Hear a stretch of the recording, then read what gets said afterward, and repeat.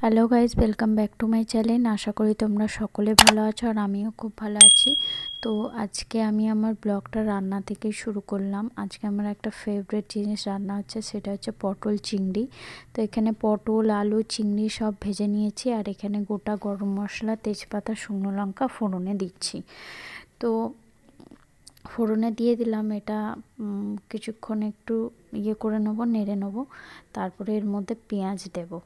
আর জানি না আর কার কার পটল চিংড়ি ভালো লাগে কি না, আমার ফেভারিট পটল চিংড়ি এত ভালো লাগে তোমাদের বলে বোঝাতে পারবো না। আগে আমি কোনো মাছ খেতাম না, ভালো লাগতো না, শুধু একটা মাছই খেতাম, সেটা হচ্ছে চিংড়ি মাছ। আর এখন সব মাছই খাই, প্রায় মোটামুটি সব মাছই খাই।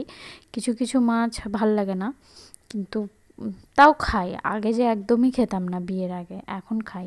তো এখানে আমি পেঁয়াজগুলো দিয়ে দিচ্ছি। পেঁয়াজটা দেওয়ার পর ভাজা ভাজা করে নেবো কিছুক্ষণ, লাল লাল করে। কার পটল চিংড়ি খেতে ভালো লাগে আমাকে কমেন্টে বলবে, আমার তো খুবই ভালো লাগে। আর আমি রান্নাটা আমি আমার মতনই করছি, আর কারা কেমন করে করো জানি না, তো আমি এইভাবেই করি। তো এখানে পেঁয়াজগুলো একটু লাল লাল করে ভেজে নেবো, তারপর মতো মশলা দেব। আমি আমার বরকে বলে রেখেছিলাম যে সকালে বাজার যাবে আর চিংড়ি মাছ নিয়ে আসবে। তো সেটা আনা নিয়েও একটা ঝগড়া হয়ে গেছে। ও আজকে সকালে বাজার গেছে, ওকে উঠিয়ে বাজারে পাঠিয়েছিলাম। তো ওকে বলেছিলাম একটু ছোট সাইজের চিংড়ি মাছ নেবে।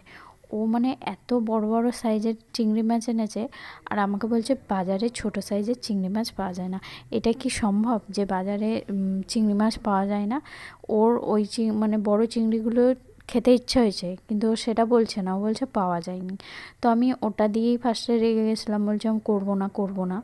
কারণ আমার যেহেতু খেতে ইচ্ছে করছিল খুব পটল চিংড়ি, তার জন্য আমি ওটা দিয়েই পটল চিংড়ি করে দিয়েছি। চিংড়ির সাইজগুলো একটু বড় বড় হয়ে গেছে, গলদা চিংড়ি না কি বলে ওই চিংড়িগুলো।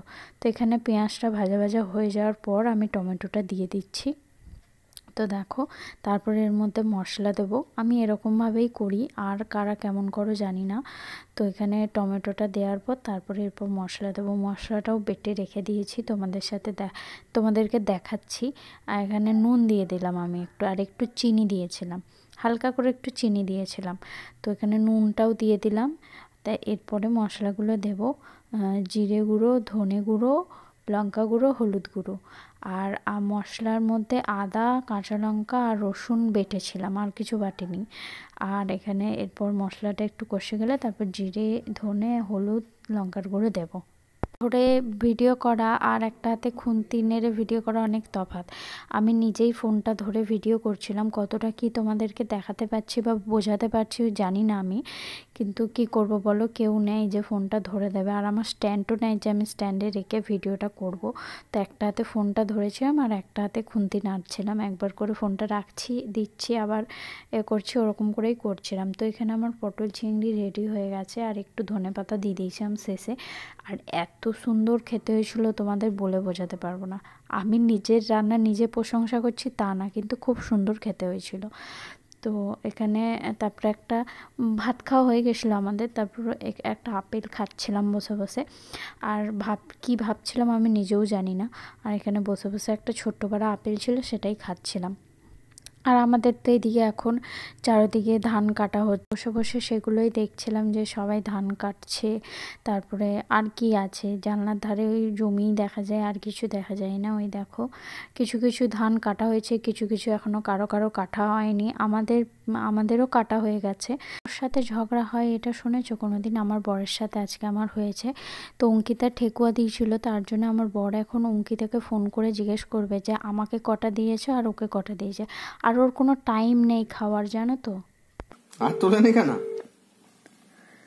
ভয় লেগে গেছে মনে হয়। হ্যালো হ্যালো, বলছি তুমি যে ঠেকুয়া পাঠিয়েছো এটা কার জন্য পাঠিয়েছো? আমার জন্য না তোমার দিদির জন্য? আগে বলো।